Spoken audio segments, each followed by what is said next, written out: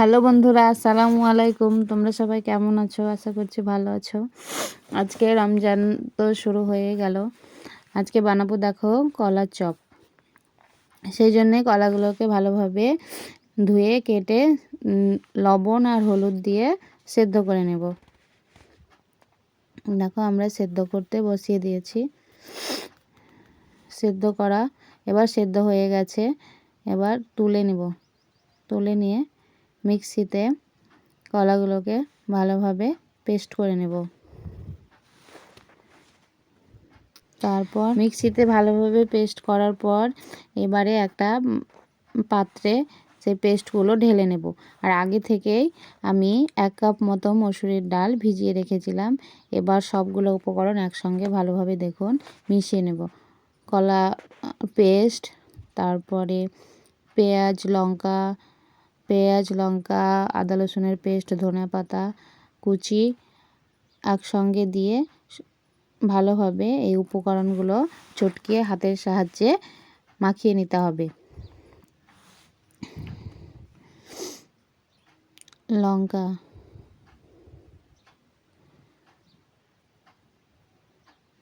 আর ঘনত্ব আসার জন্য একটু বেসন দিয়ে দিতে হবে 1-2 চামচের মতো, না হলে ভালোভাবে পেঁয়াজিটা হবে না। কলার এবার ভেজানো মসুরির ডাল দিয়ে স্বাদ মতো লবণ,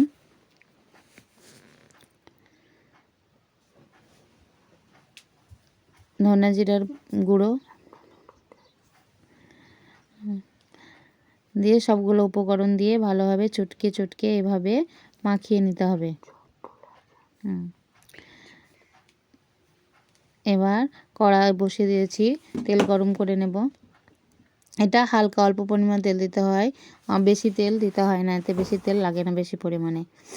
তেল দিয়ে এবারে দেখুন আমার তেলটা গরম হয়ে গেছে। এবার পেঁয়াজির আকারে দিয়ে, চপের আকারে বা পেঁয়াজির আকারে যেভাবেই দেবেন আপনারা, দিয়ে ভেজে নেব। এটা কলার চপ, পেঁয়াজি যে যেমন বলবেন, আমরা চপ বলি কিন্তু পেঁয়াজি বললেও হবে। দেখুন সবগুলা দিয়ে এক পিঠ হয়ে গেছে, আমি উল্টে নিয়েছি। এবার আর এক পিঠ দিয়ে লাল লাল করে ভেজে এভাবে ভালোভাবে ভেজে তুলে নেব। এটা ভাতের সঙ্গে বা স্টার্টার আইটেমে যে আইটেমেও খাবেন খুব মজা লাগবে।